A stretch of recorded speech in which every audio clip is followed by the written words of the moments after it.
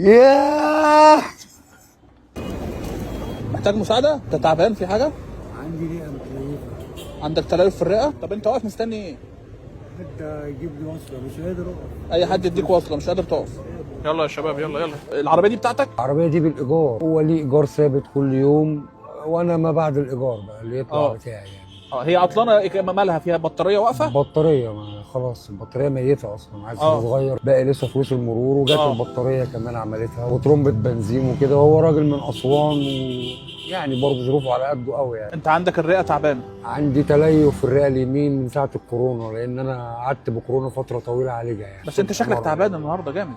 عشان انا نمت في العربيه امبارح لما عطلت، الجو كان ساقع. هي عطلانه من امبارح؟ من امبارح الساعه 10 بالليل. ما شلتهاش ليه؟ ما فيش حد جالك ليه؟ ما عملت يعني ما اتحركتش ليه؟ ما هو ده مكاني برضه، انا ما عنديش بيت بصراحه يعني. الحمد لله انها جابتني هنا. انت ما عندكش بيت؟ لا مش قادر ادفع الايجارات الجديده دي بصراحه خالص يعني. اهلك فين طيب؟ اهلك اخواتك؟ كله متضايق باللي عنده يعني، مفيش حد خالي يعني. وانا يمنعني بصراحه ان انا اخبط على باب حد واقول له عايز اجي عندك، او في ظروف مش هستحمل كلمه. طبعا دي كسره نفس مش حلوه يعني. بيت في العربيه من امبارح، الجو تلج. والله العظيم انا صوابعي ما قادر احركها، السقعه كانت قويه جدا جدا، لدرجه ان انا كل ما اروح في النوم حاسس في شوك في جسمي من السقعه. فالحمد لله على كل حال يعني، هي ابتلاءات ويبتلى المرء على قدر دينه. انت راضي؟ تمام الرضا. صلى على النبي، انت راجل محترم وبتسعى وبتسترزق وبتشقى، انت مش حد ضعيف، انت ما بتشحتش.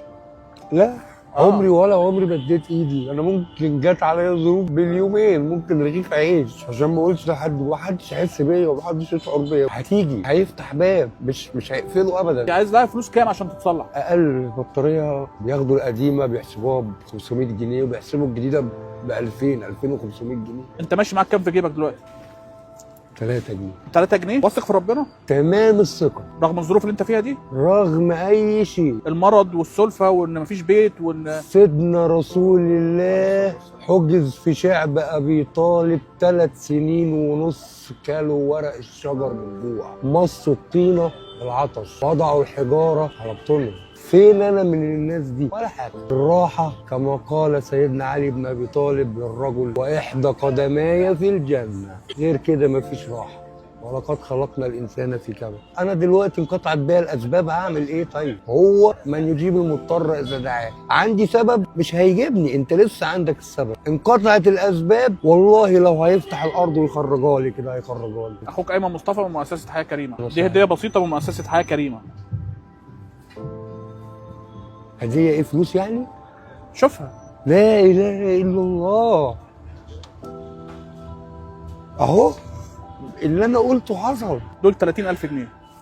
ياه. انا هسكن في بيت تاني، مش هنام في الشارع تاني. والله العظيم شفت تعب ما بعده تعب. صلى على النبي. 13 شهر فرحان ان ربنا فعلا. اصبر وصبرا واعبد الله على يرضى، فاذا راضي ادهشكم. صدق رسول الله صلى الله عليه وسلم. عشان الظروف دي ساعات بتزعزع ايمان الناس وبتخليهم يلحدوا بيقولوا مفيش ربنا، وانا قلت لهم كذابين. والله العظيم ناس ركبت معايا كتير شباب تحت مظله الالحاد الكامل، قلت لهم كذبتوا.